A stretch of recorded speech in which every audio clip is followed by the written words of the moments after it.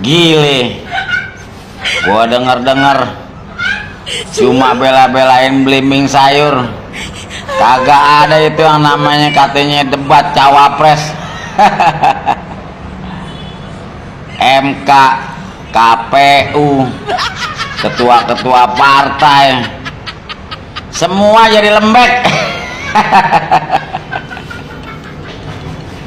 Kalah sama KPP Kebon Baru. Bisa jadi lemot begitu pada. Kita kan pengen lihat debatnya, cakep apa kagak narasinya, ya nggak? Kualitasnya. Aduh. Hebat lo belimbing sayur, gua akuin dah, hebat. Semua bisa dirancang sedemikian rupa. Top, markotop lu ya. Halo. Pengen tahu kenapa KPU menghilangkan debat cawapres, khusus cawapres? Kalau menurut aku ya, ini kalau menurut aku. Satu, itu karena KPU itu masih memberi muka sama Pak Jokowi.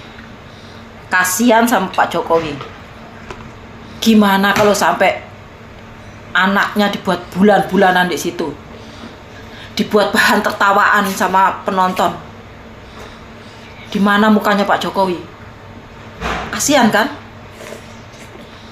Jangan sampai ya Mas Gibran itu mendapat julukan seperti dulu lawannya yang sekarang gabung itu ngatain plung-plung. Yang kedua, karena KPU itu sadar kalau debat ini nggak imbang, bagaikan langit sama bumi. Kasihan kan kalau ditertawain. Persiapan debat dong Mas. Iya siap. Assalamualaikum. Ini Gibran ditanya masalah debat ya. Jangan debat sama Pak Mahfud atau sama Pak Ganjar. Sama Mas Seno aja mungkin dia itu sudah KO, udah keok gitu ya. Apalagi sama Pak Mahfud sama Pak Ganjar gitu. Terus ini KPU mau merubah-rubah masalah debat ini. Coba debat itu diadakan kayak 2019. Itu masyarakat biar bisa menilai mana calon pemimpin yang bisa menata negara, yang cerdas dan yang pintar gitu loh. Ini kenapa mau dirubah-rubah lagi sama KPU? Kemarin sudah MK merubah ya kan batas usia. Sekarang KPU, ada apa dengan negara kita ini gitu loh. Daripada bikin resah masyarakat gitu. Mendingan 02 itu langsung dilantik gitu aja sudah selesai, enggak usah diadakan pemilu. Ya. Itu sudah aman negara ini malah. Prabowo dan Gibran takut berdebat, nggak bisa adu gagasan katanya. Ya bisanya cuma gemoy-gemoy joget-joget katanya seperti itu.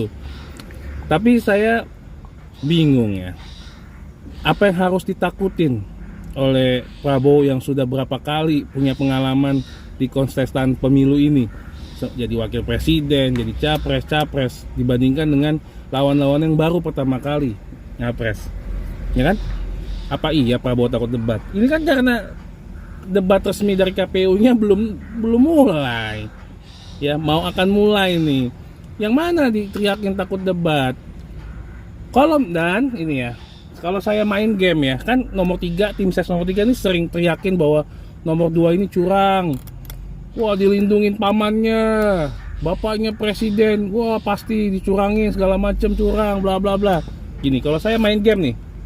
Kalau saya main game ya, saya pakai cheat, itu pakai kode-kode curang gitu ya, gimana biar saya tidak akan terkalahkan. Ya saya kan nggak takut, lawan monster, lawan raja terakhir hadepin, ya, wah hadepin asal-asal aja hadepin karena saya curang, pasti saya menang, betul nggak logikanya? Ya kalau mereka benar-benar curang, ya mereka pasti hadepin semuanya. Nggak pakai strategi, nggak perlu pikirin strategi kalau main game. Kalau udah pakai cheat ngapain mikirin strategi, hajar terus aja, udah pasti bakal menang kok, udah tahu gue bakal menang. Justru karena nomor 2 harus berhati-hati karena belum tentu bisa menang, ya dia berstrategi gitu. Dia akan hadir di mana mungkin yang jadwal resmi aja gitu. Biar apa? Biar nggak terlalu banyak ngomong, nggak terlalu blunder. Karena apa? Kalau ngomongin adu gagasan, janji-janji kampanye, itu kan bisa apa aja bisa kita janjiin. BBM gratis lah. Kebijakan-kebijakan seperti misalnya sembako murah lah, ini gratis, kasih ini gratis, semuanya DP 0% lah atau apalah, ya kan, bisa aja. Hukum korupsi bisa inilah 0%, kan janji-janji itu bisa aja dikasih gitu loh. Kayak Mahfud MD, bisa dia menjanjikan hukum akan ditegakkan, bisa saja berjanji-janji, padahal dulu dia menteri apa ayo ya kan, yang ngurusin hukum kan. Ya kan, janji-janji itu bisa aja diutarakan, tetapi dalam jalankan pemerintahan itu kan ada dinamika yang begitu sangat dinamis sekali. Wah, jadi jangan sampai saya janji sekarang saat menjalankan pemerintahan, ternyata dinamika ini tidak memungkinkan dalam waktu cepat. Nah, ini yang mungkin sudah dibaca dan sudah pengalaman oleh seorang Bapak Prabowo. Jadi ya udah, kalau mau debat nanti di jadwal resmi, nggak usah teriak-teriakin karena nggak pernah nongol di forum diskusi A, B, C. Ya mungkin karena Prabowo masih jadi menteri, Gibran masih jadi wali kota, harus jalin tugas pemerintahan dulu, dan mereka berstrategi bagaimana tidak membuang energi untuk hal-hal yang mungkin nggak terlalu signifikan. Nanti mungkin saat diresmi biar lebih luas cakupannya, masyarakat lebih luas daripada nanti yang kecil-kecil tadi dipelintir lah apa segala macam, ya kan, banyak hal terjadi. Jadi sudah, nanti aja tunggu jadwal resmi dari KPU. Oke, begitulah cara ngeles dari para pendukung-pendukung Prabowo dan Gibran, ya. Kalau emang takut untuk berdebat, ya, belum siap untuk menyampaikan gagasan, takut blunder, takut ini, takut itu, ngapain Anda jadi pemimpin, ya? Tinggal mundur aja atau angkat tangan aja, ya. Kalau Anda belum matang, Anda belum siap, ya serahkan kepada orang-orang lain yang sudah matang, yang sudah siap. Logikanya kan seperti itu, ya. Anda sebentar lagi akan jadi presiden dan wakil presiden. Masyarakat Indonesia ingin melihat kira-kira apa program-program Anda, ya, bagaimana kualitas Anda, bagaimana Anda secara kualifikasi bisa dilihat, dinilai oleh masyarakat Indonesia. Memang harus ditunjukkan kepada masyarakat Indonesia. Kenapa harus takut, ya kan? Kenapa harus ada yang disembunyikan?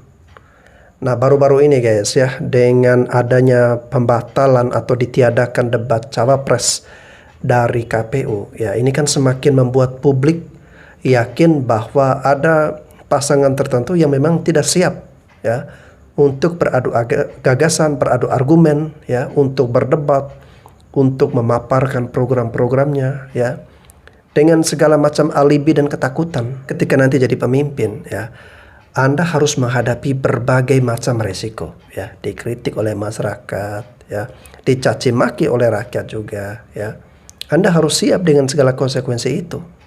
Tetapi kalau saat ini Anda menunjukkan ketakutan, ya, takut nanti blunder lah, takut nanti dinilai atau dikritik yang jelek-jelek dari rakyat, nah itu buat apa mental Anda untuk jadi pemimpin? Ya memang belum siap, ya emang belum siap, ya kan, karena nggak melalui proses. Dari wali kota tiba-tiba jadi wakil presiden itu kan udah langgar beberapa tangga birokrasi, ya. Dan wali kota pun belum sampai 5 tahun, baru 2 tahun. KPU meniadakan debat khusus cawapres.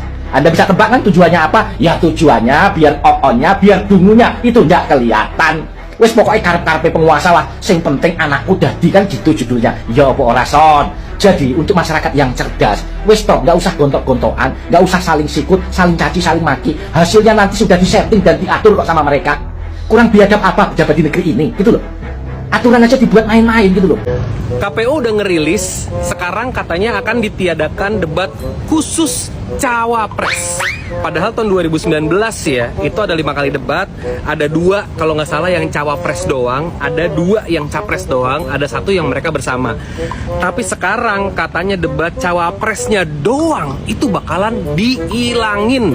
Jadi nanti debatnya bakalan berdua tuh, cawapres pasti ditemenin sama capresnya. Kira-kira kenapa ya? Apakah ini KPU mau melindungi salah satu atau salah 2 atau salah 3 cawapres yang kurang kompeten. Kira-kira kalau misalnya kayak gitu, yang kurang kompeten yang mana ya? Setuju nggak lo KPU ngilangin debat khusus cawapres? Kenapa? Yang mana ya? Apa rencananya Mas untuk menstabilkan harga ini? Assalamualaikum warahmatullahi wabarakatuh. Buat saudaraku sebangsa setanah air, dari Sabang sampai Merauke, dari Miangas sampai Peloroti, semoga panjenengan semua mendapatkan rezeki yang melimpah, umur yang barokah, keluarga yang sakinah, mawaddah, warahmah, amin ya rabbal alamin. Terkhusus buat paslon wapres dari 02 Gibran Raka Buming Raka, kemarin ditanya sama wartawan, Mas gimana cara menstabilkan harga bahan pokok di akhir tahun kok sekarang menjelang tinggi itu kan? Jawaban beliau apa? Ya memang kalau akhir tahun ya pasti harga itu selalu tinggi, nanti setelah akhir tahun juga turun kan. Jawaban itu jawaban anak SMP, anak SD gitu loh. Itu ya anak SD itu udah bisa jawab kalau kayak gitu. Bukan begitu caranya Mas, bukan sok menggurui sampean, bukan sok pinter, enggak.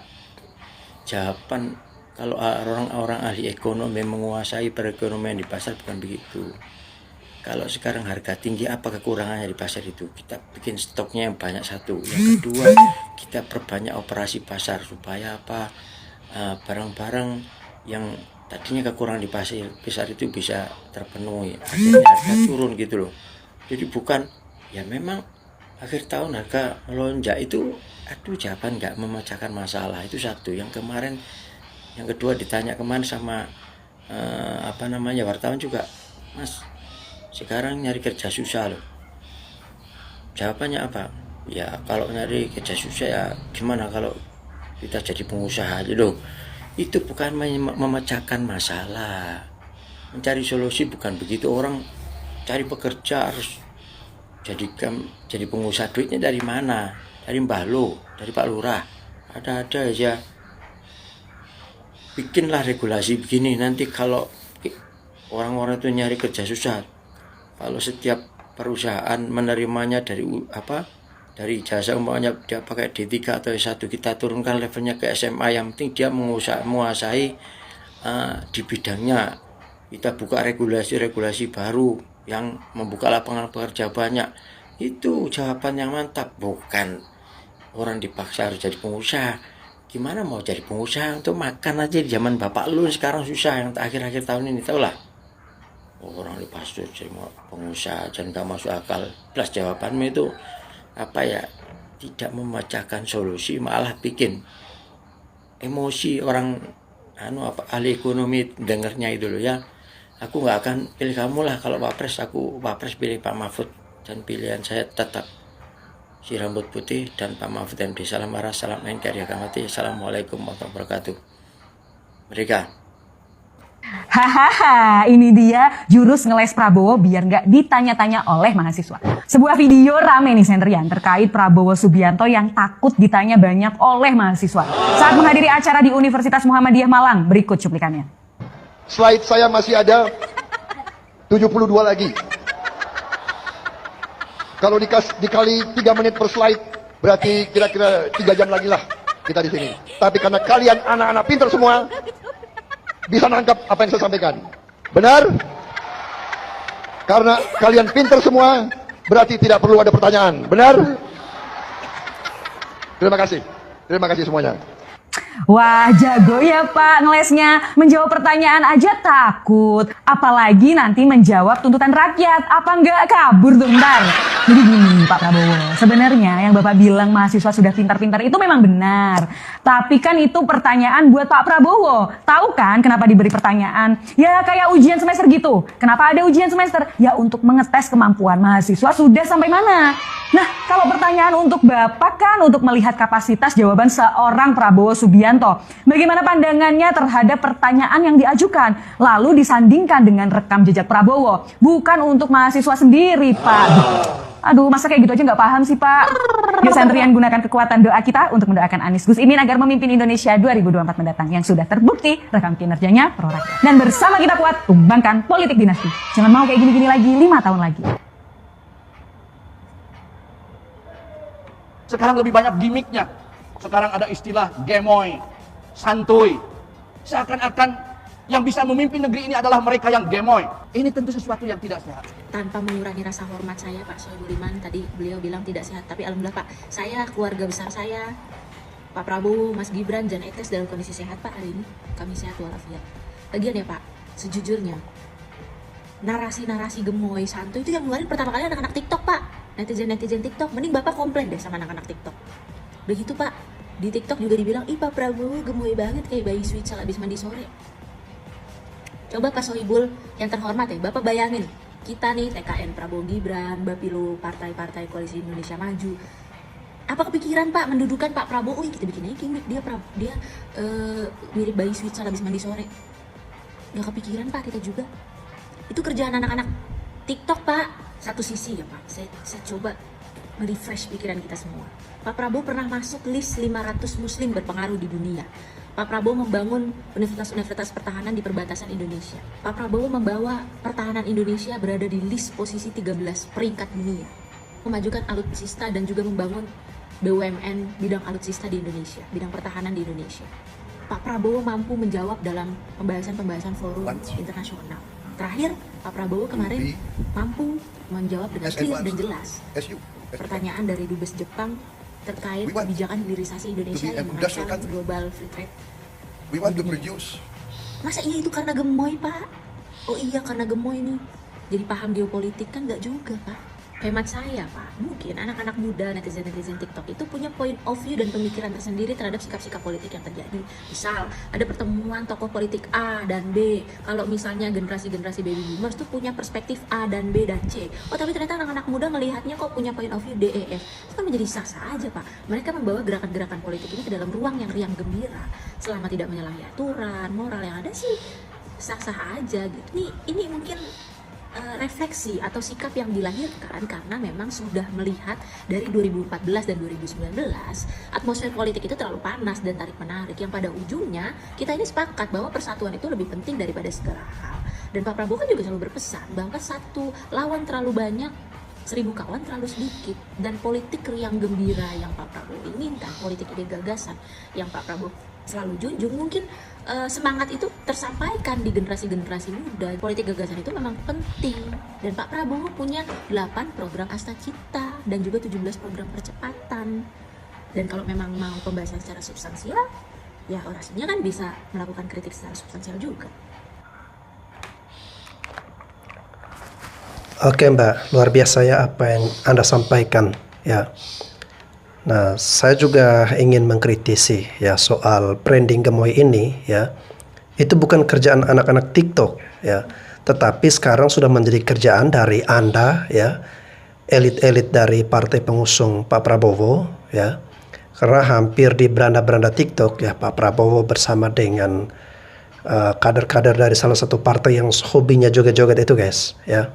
Itu banyak muncul di TikTok, lalu kemudian di baliho-baliho juga jargon atau branding yang bertuliskan kata-kata yang hurufnya tebal itu adalah gemoy ya.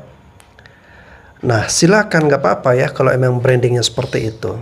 Namun yang kita perhatikan akhir-akhir ini ya, gagasan lalu kemudian ide-ide apa yang ingin dilakukan untuk bangsa dan negara itu tidak terlalu ditonjolkan ya. Nah ini dibuktikan selama ini pasangan Pak Prabowo dan Mas Gibran itu pasangan yang paling sering menghindari jika ada undangan-undangan dari universitas ya. Apalagi kalau ada undangan-undangan debat.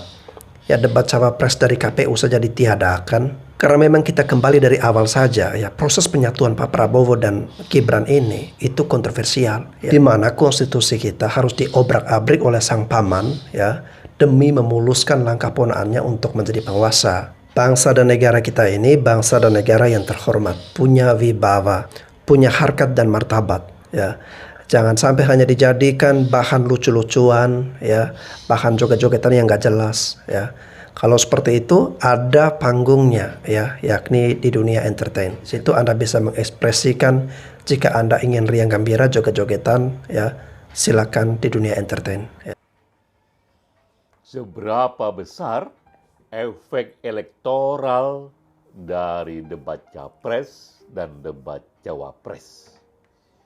Katakanlah dari total pemilih sebanyak 204,8 juta di seluruh Indonesia, seberapa banyak dari mereka yang akan menonton debat itu, dan dari yang menonton debat, seberapa banyak yang mengubah dukungannya. Ini pertanyaan datang kembali setelah membaca berita. Berita pertama mengatakan bahwa KPU pastikan debat Capres digelar 3 kali dan debat Cawapres digelar 2 kali. Tapi bedanya kali ini, dalam perdebatan itu 5 kali perdebatan, semua pasangan itu hadir. Bahkan ketika debat Cawapres misalnya, Capresnya pun hadir di sana ikut berdebat. Menurut berita yang kita baca, usulan perubahan format debat ini datang dari kubu Amin, dari kubu Anies Baswedan dan Muhaimin Iskandar berdasarkan kesaksian dan notulensi rapat KPU. Tapi seberapa banyak yang menonton ini? Maka kita mulai dari data. Ini riset LSI DNIJA pada pemilu 2019 yang lalu pasca debat. Dan agaknya data ini tak akan banyak berubah. Ini beritanya yang mengatakan bahwa yang mengubah pilihannya pasca debat ternyata hanya 2,9% saja. Tak banyak yang mengubah pilihannya. Lebih detail datanya bahwa yang menonton debat itu dari seluruh populasi pemilih Indonesia hanya 50,6% saja. Tapi dari yang menonton itu hanya menonton sekilas 5 menit, 10 menit. Yang menonton keseluruhannya hanya 14,9% saja. Tak banyak ternyata, jauh lebih banyak penonton Piala Dunia sepak bola misalnya. Dari yang menonton debat itu, yang mengatakan mengubah pilihannya sebanyak 5,8%, karena yang menonton hanya separuh dari populasi pemilih, berarti total yang bisa berubah dari populasi pemilih hanya 2,9% saja. Perubahan itu juga terjadi untuk 3 hal, terutama dari segmen pemilih swing voters, pemilih yang belum begitu kuat memilihnya, mereka yang belum memilih atau sudah memilih tapi masih ragu-ragu.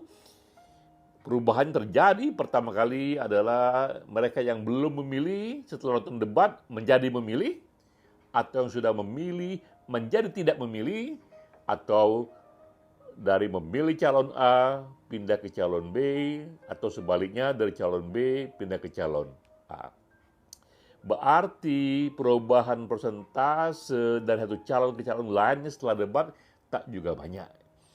Dan juga dari yang menonton, mereka mengatakan bahwa 40% itu dipengaruhi oleh substansi pesan yang disampaikan oleh Capres atau Cawapres itu, namun 60% lebih banyak karena penampilan, gaya, dan juga satu teknik persuasi yang disampaikan oleh pasangan Capres-Cawapres itu. Substansi hanya 40%, gaya itu 60%. Walaupun efek debat ini secara elektoral tidak besar, tapi debat Cawapres dan Capres tetap penting, karena itu membuat kita melihat bagaimana gagasan Capres dan Cawapres ini untuk membulat lonjongkan Indonesia. Demikian Ekspresi Data bersama saya, Denny J.A. Oke, Ekspresi Data dari Denny J.A. Ya, saya nggak tahu sudut pandang dari Bang Denny ini, dia melihat seperti apa survei yang dilakukan, ya. Apakah itu sudah menghitung secara keseluruhan yang nonton live dan tidak live atau seperti apa, ya. Jangan sampai data yang diambil Bang Denny ini hanya data yang dimana orang nonton secara live, ya, secara langsung, ya. Dan dunia sekarang kan sudah berkembang, guys, ya. Ada berbagai macam platform yang bisa kita saksikan tayangan-tayangan digital, ya. Contoh misalnya hari ini tayangan live debat Capres-Cawapres yang nonton katakanlah seperti yang Bang Denny katakan tadi 50%, ya. Nah itu walaupun yang nonton ya mungkin dianggap sedikit ya atau hanya separuh saja, tetapi yang tidak nonton itu mereka juga bisa menyaksikan tayangan-tayangan taping atau tayangan digital yang ada di YouTube ataupun ada di Facebook ataupun potongan-potongan video yang tersebar di berbagai platform media lainnya, ya. Dan itu sangat mempengaruhi keputusan dari rakyat, keputusan publik untuk mau memilih ataupun mengubah pilihannya, ya. Jadi data ataupun ukuran yang Anda ambil itu jangan hanya pada saat siaran live saja, tapi kalau bisa dilihat secara keseluruhan. Nah dari sini dugaan saya Anda seakan-akan ingin mengatakan secara tidak langsung bahwa debat capres ataupun cawapres ini tidak perlu dilaksanakan atau tidak perlu dilakukan karena tidak berefek atau berdampak apa-apa, ya kan? Nah dari beberapa statement sebelum-sebelumnya ya, Bang Denny sebagai pemilik dari survei ini ya, dalam memberikan statement lebih berpihak atau lebih condong kepada salah satu pasangan capres-cawapres tertentu saja. Ya, nah ini tentu sangat disayangkan sekali. Oke guys, semakin kesini semakin terang benderang. Ya, semakin kita bisa melihat, mengetahui bahwa ada capres yang berani untuk menghadapi segala kemungkinan yang terjadi, ya, menghadapi berbagai konsekuensi dan risiko, karena itu adalah tugas dan kewajiban dirinya sebagai seorang pemimpin. Ada juga capres yang tidak mau ambil risiko, takut menghadapi tantangan ataupun penilaian jelek dari rakyat, ya. Seorang pemimpin dia harus tahu dengan konsekuensi segala risiko yang ada yang nanti bakalan menerpa dirinya, ya.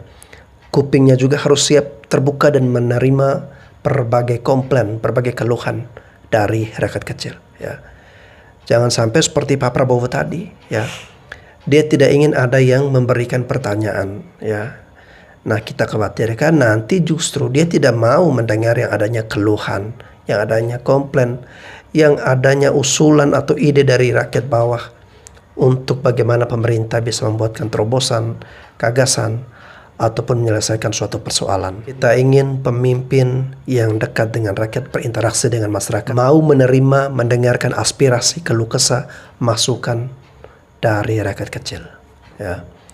Oke teman-teman, semoga kita bisa memilih pemimpin dengan menggunakan akal rasional kita yang waras. Saya Bastian Sebos, sampai jumpa lagi.